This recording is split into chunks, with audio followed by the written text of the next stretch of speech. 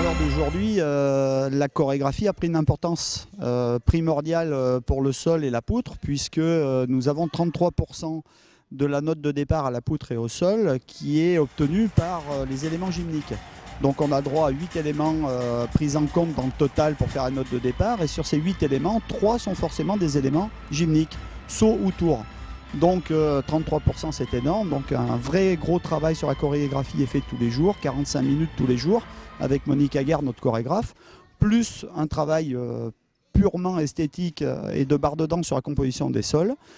En fait c'est simple, avant quand on faisait un sol, la choré c'était moins important quand même que les acrobaties. On pouvait gagner plus de points avec les acrobaties par rapport à la choré, quoi. Et maintenant, si on fait de la choré, c'est aussi important que les acrobaties. Et il vaut mieux même faire de la choré, c'est plus facile que de faire des acrobaties. Les sauts en choré sont maintenant plus durs, on essaie de faire plus de difficultés dans la choré.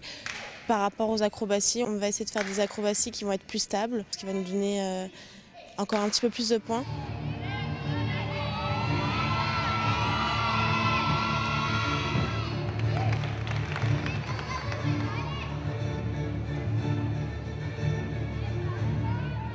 La musique, elle est choisie selon notre chorégraphe, mais selon notre personnalité, selon nos critères de qualité sur la chorégraphie. On peut proposer à la chorégraphe une musique. Après, on a la chorégraphe qui fait la chorégraphie. On n'a plus qu'à travailler sur ses mouvements et nous les approprier au maximum pour que ce soit joli, quoi.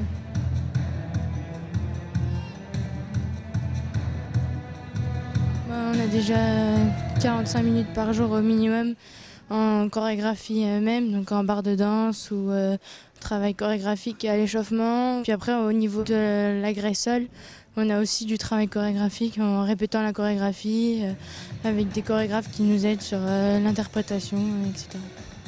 Ça nous sert en poutre parce que, pareil, on est noté sur la chorégraphie, sur les gestes, l'amplitude. Donc on retranscrit les mouvements du sol en poutre. Déjà il faut que la gymnaste soit dans sa choré, il faut qu'elle aime sa choré pour pouvoir se donner à fond. Sinon je pense qu'une fille qui n'aime pas sa choré va pas donner de l'intensité dans le regard, dans les mouvements qu'elle fait, etc. Donc voilà, avant tout il faut qu'elle aime sa choré, il faut qu'elle aime la faire. Il faut que les coachs soient là pour lui donner l'envie. Il y a toujours un petit truc qui se passe quand elles font la choré.